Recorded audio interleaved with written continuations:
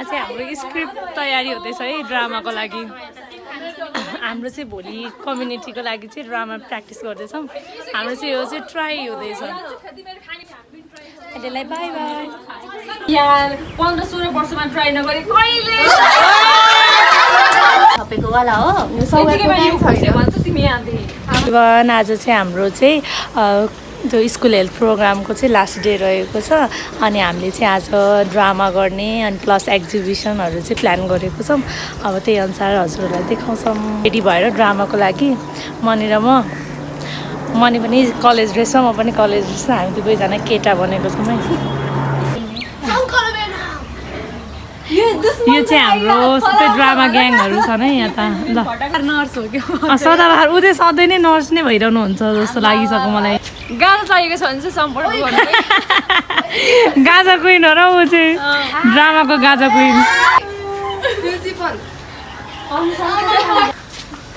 होस्टेलबाट निस्किसक्यौँ अहिले हामी जाँदैछौँ यस्तो घाम छ यहाँ चाहिँ लास्ट डे आज हाम्रो सेरेमन सुमन एके सुमन चाहिँ खतरा रुनुपर्छ आज उसलाई रोउनु पर्छ हामी सुमने ख्याउडीलाई चाहिँ त्यस्तो गर्नु हुँदैन जस्ट यो ड्रामा हो यो ड्रामा मात्र हो यहाँबाट तपाईँहरूले केही सिक्नुहुन्छ भनेर चाहिँ म तपाईँहरूलाई यो भिडियोमा पनि राखिदिन्छु तपाईँहरूले हामी सबैलाई हेर्नु देख्नुहुन्छ हाम्रो ड्रामा कस्तो छ अनि भनिदिनुहोस् होला बाई बाई अहिलेलाई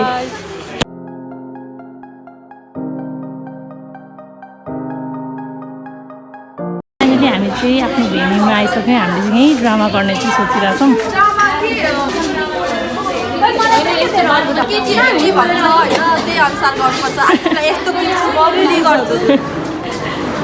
म सपोर्ट गर्छु उही छ मेरो साथ मेरो स्टुडेन्ट हो नि त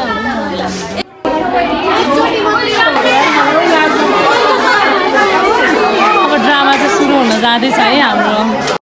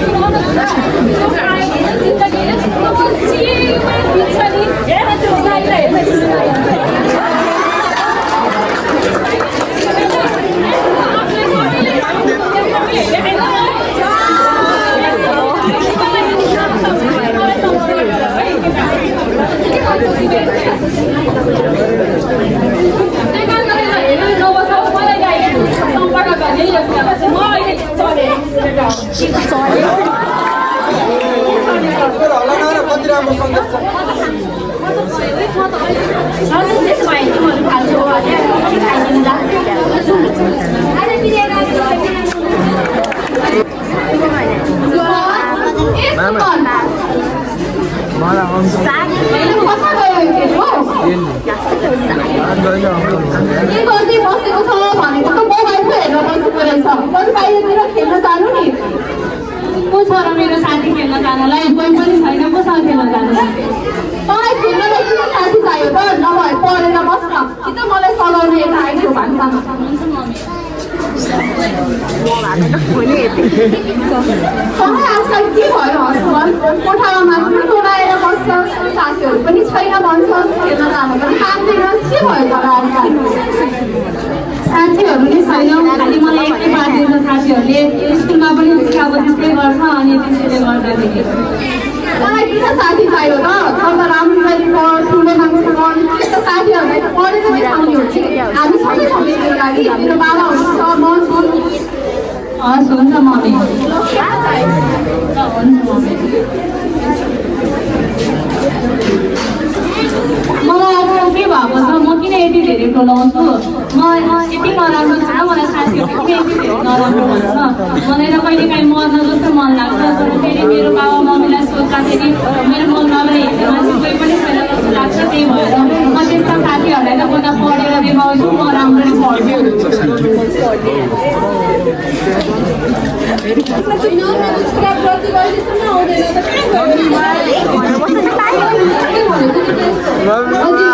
ड्राइभिङ गर्छु स्टार्ट गर्छु छोरा खान्छ छोरा खान्छ भनेर खै छोरो छोरा खानु पर्दैन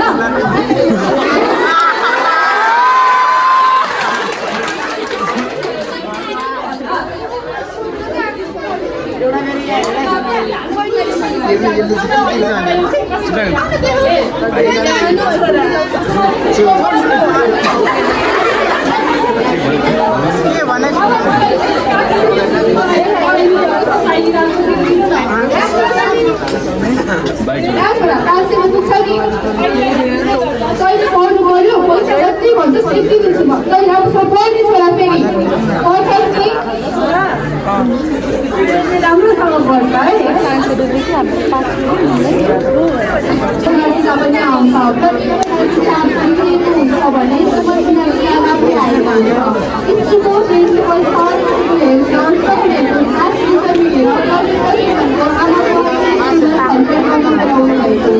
सफलको विषय यस्तो हुन्छ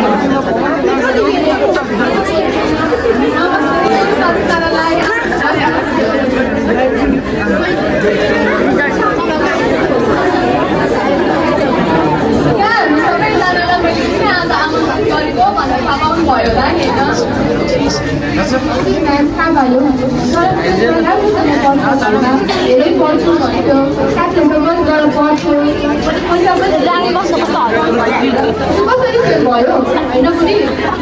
भनेको छोरा त राम्रोसँग पढ्ने हो तपाईँहरूले नै कति राम्रोसँग जान्छ गरेर जान्छु गएको होइन तपाईँहरूले मलाई सुन्नु भएन तपाईँहरूको छोराछोरीहरूको धेरै कम्प्लेन आएको भएर के भएको रहेछ भनेर त्यसबारे छलफल गर्न मैले तपाईँहरूलाई यहाँ बोलाएको मेरो छोराको त राम्रै रिजल्ट आएको थियो यस्तो साथीहरूले पनि साथ दिएन भए त उता अलिक तनाव पनि नहुन्थ्यो होला नि तपाईँ आफ्नो अरू साथीहरूलाई पनि बोलाएर अब सबैजना बसेर छलफल गरौँ न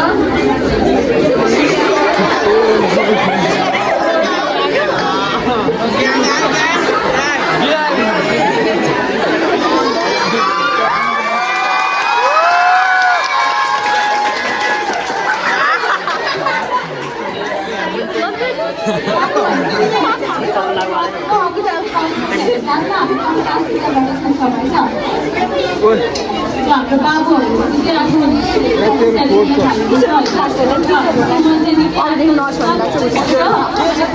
घुम्ने गर्दैन तर यही छोराहरू चाहिँ अलिक बिहान समस्या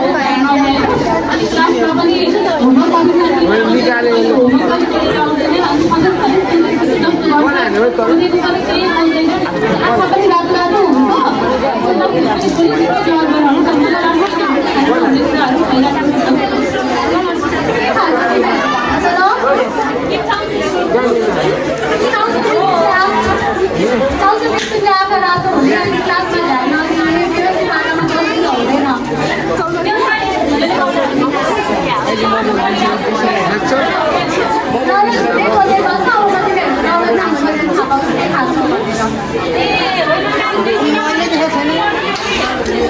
भन्नुपर्दाखेरि चाहिँ अस्ति यसले हामीलाई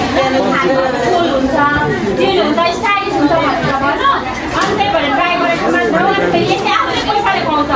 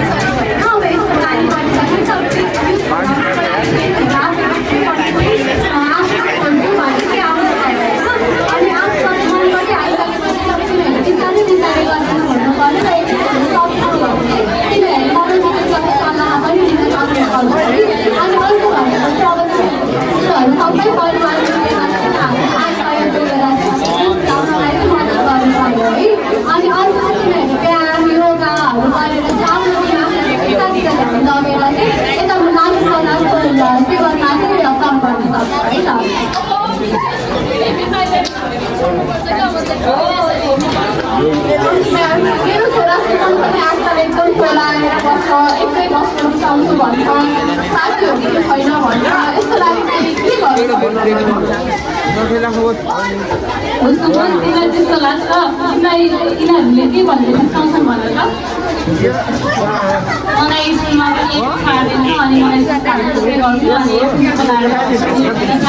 अनि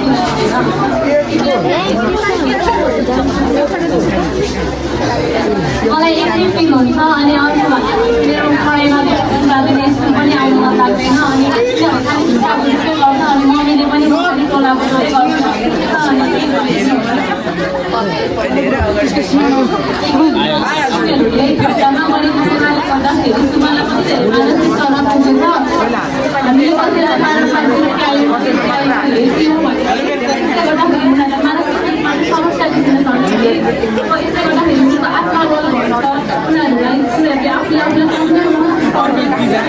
कति जान मन नलाग्ने पढ्न मन नलाग्ने साथीहरूसँग टाढी तिनीहरूको मन लाग्छ पहिलो रूपमा मानिसहरू सानो मन लाग्ने गर्दाखेरि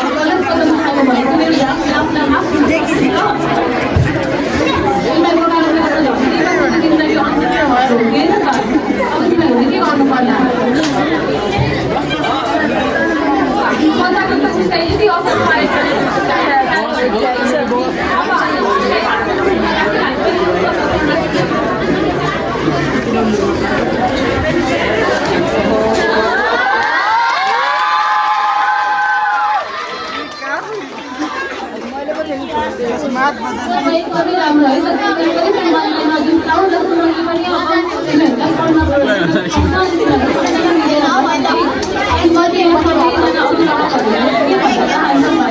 तपाईँहरू आफ्नो छोराछोरीसँग आफ्नो समय बिताउनुहोस् आफ्नो छोराछोरीको